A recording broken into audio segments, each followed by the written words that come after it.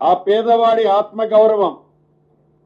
ఆ పేదవాడు ఎక్కడో 30-40 కిలోమీటర్ల సిటీకి దూరంగా ఒక అంటరాని వాడిలాగా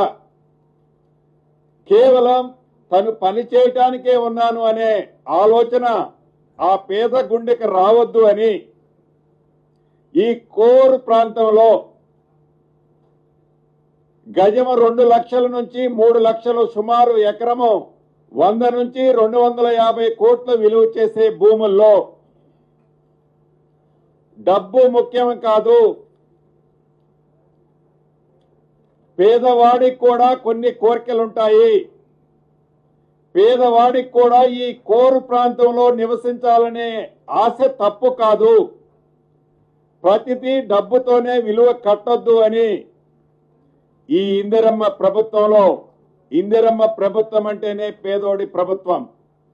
ఈ ఇందిరమ్మ ప్రభుత్వంలో గౌరవ ముఖ్యమంత్రి రేవంత్ రెడ్డి గారు సహచర మంత్రులందరం క్షుణ్ణంగా పరిశీలించి కొద్దిగా లేట్ అయినప్పటికీ ఇప్పుడు ఫస్ట్ ఫేజ్ లో పైలట్ కింద ఏవైతే రెడీగా 16 నియోజకవర్గాల్లో స్థలాలున్నాయో ఆ స్థలాలకు సంబంధించిన దాంట్లో ప్రతి నియోజకవర్గంలో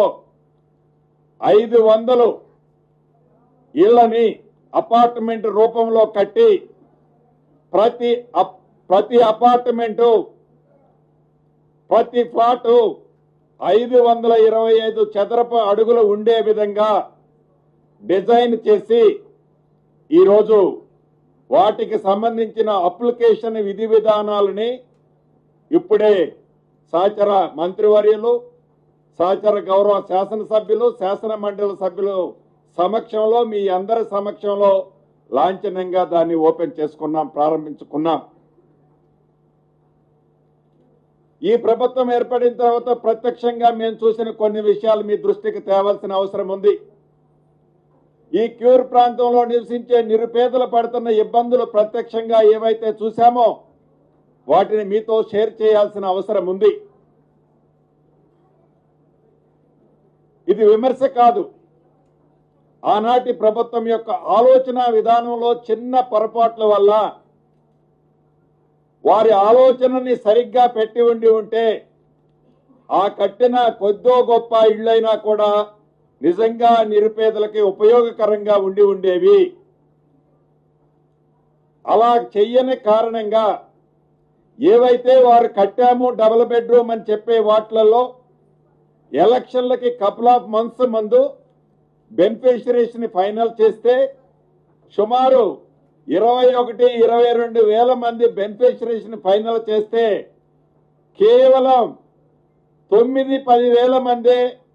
ఆ బెనిఫిషరీస్ ఆ స్థలాల్లో నివసిస్తున్నారు.